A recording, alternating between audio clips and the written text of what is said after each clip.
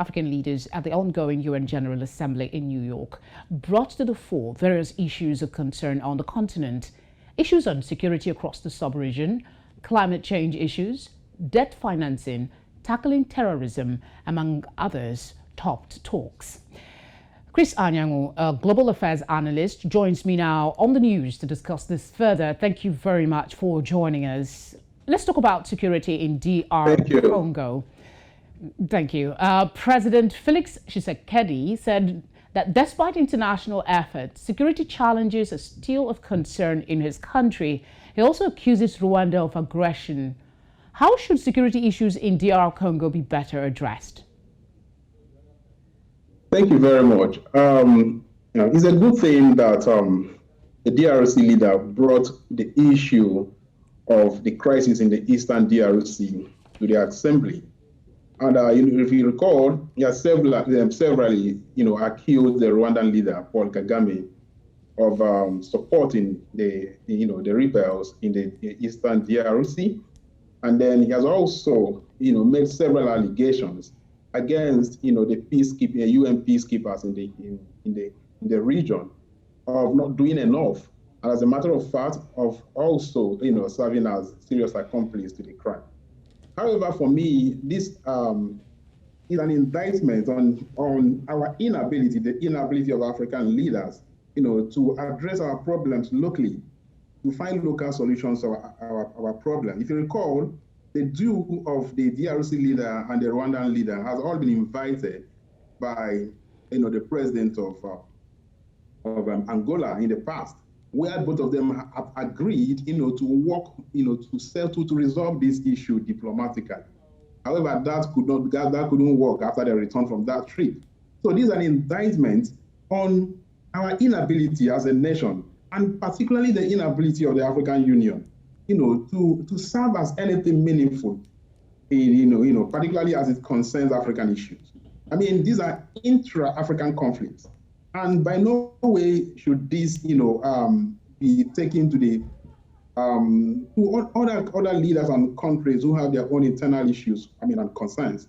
So it is another indictment on our leaders, on the African Union, that we are not doing enough. And as a matter of fact, people have questioned in the past, what is it really that is there as the major essence of the African Union? And this is this has raised another question to that very question that has been ongoing for a very long time. It's a lot of responsibility and blames should be apportioned, but Paul Kagame is of the view that blame game should not be the order of the day. He believes the root causes of destabilization in DR Congo should be addressed. What are your thoughts on this? Yes, I think what I see is a high level of insincerity on the part of the two leaders. Recall, while allegations upon allegations have been made against Paul Kagame of Rwanda, he has equally come out to deny some of those allegations. And this time around in UN, he insisted that, look, it is time for us to leave the blame game aside and face the real issues. But to me, he knows what the real issues are. I have seen a DRC leader who has been genuinely concerned about the problems in his country and has made frantic effort to resolving this. But I'm yet to see that level of commitment from other African leaders, particularly the country that surrounds DRC, of which Paul Kagame is one of them.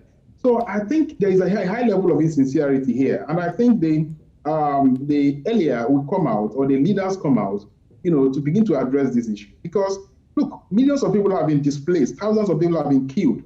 We are talking about lives here. Unfortunately, here comes a place where, lives does not make so much sense, to a lot of people who live around here. But again, it's an indictment on us to the extent that we continue to demonstrate our inability to address our problems. So you're basically saying that it is imperative that a sense of commitment be seen towards resolving the issues with DR Congo. Let's move a bit away from there in the interest of time and talk about what's happening with Nigeria. At the UN Assembly, President Muhammadu Buhari says his country is doing well in sustaining democracy and supporting democratic efforts in other African countries. This will be his final appearance at the assembly as president. How well has he fared, in your opinion? Anyway, this is President Buhari's last address at the assembly. And as traditional as it is, particularly coming from a respected African leader like he is, he would want to speak to impress. However, all this will be seen, or people are waiting, the world indeed are waiting to see all this at a forthcoming 2023 general election. Whether he meant what he said. We had him talk about his commitment to democracy in Africa. We also had him make promise on free and fair election come 2023. All that we are yet to see. What we will want to see in 2023 as the general election comes. And for me, anyway, I don't think we've really fared too well as far as security is concerned in this part of the world. And of course, this is not my opinion alone. This is an opinion of a lot of other experts across the world. You recall, the president came in promising to address the issue of insecurity as one of his three cardinal points. And again, he particularly promised the issue of Boko Haram is going to be a thing of the past.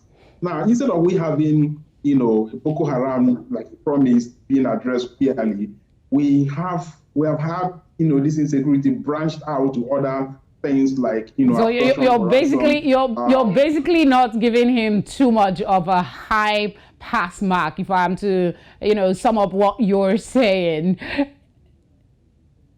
Anyway, it's not, this is not just me not giving the president. This is the reality on ground. Most of us fly our trade here, and this is a global community. When you interface globally, you understand that Nigeria is not faring well. All right, let's talk about the newest African president, William Ruto. He spoke at the assembly as well on food security with the impact of the Russian-Ukraine conflict in East Africa. How will he wiggle out of these challenges? If you can respond in 30 seconds, we're almost out of time. Yes, one thing I can really say about this year's hunger, about remarks from African leaders at this year's hunger, is that most of them were spot, on the point. And one of those people that, really hit the nail on the head for me is Ruto. He clearly, this is not one of those hungers that our people go cap in hand begging for aid, give us this, give us that, we want this, assist us do this and all that. No, Ruto went there and let the world know, look, we don't want aid, we want investment. And then he made his point on the drought, which is ravaging the eastern part of Africa. Of course, we know that over 70 million people have been directly affected, and some of the impact are seen on food insecurity and all that. Now, these are the issues. And then, the engagement I saw from the DRC and Rwanda leaders is also, for me, standout.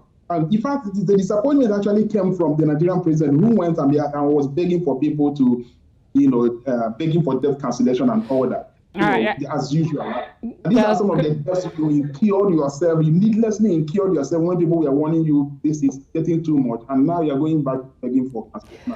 So I think Chris, I'm really sorry to interject. That's the much time will permit us. Thank you very much for speaking with us on the news.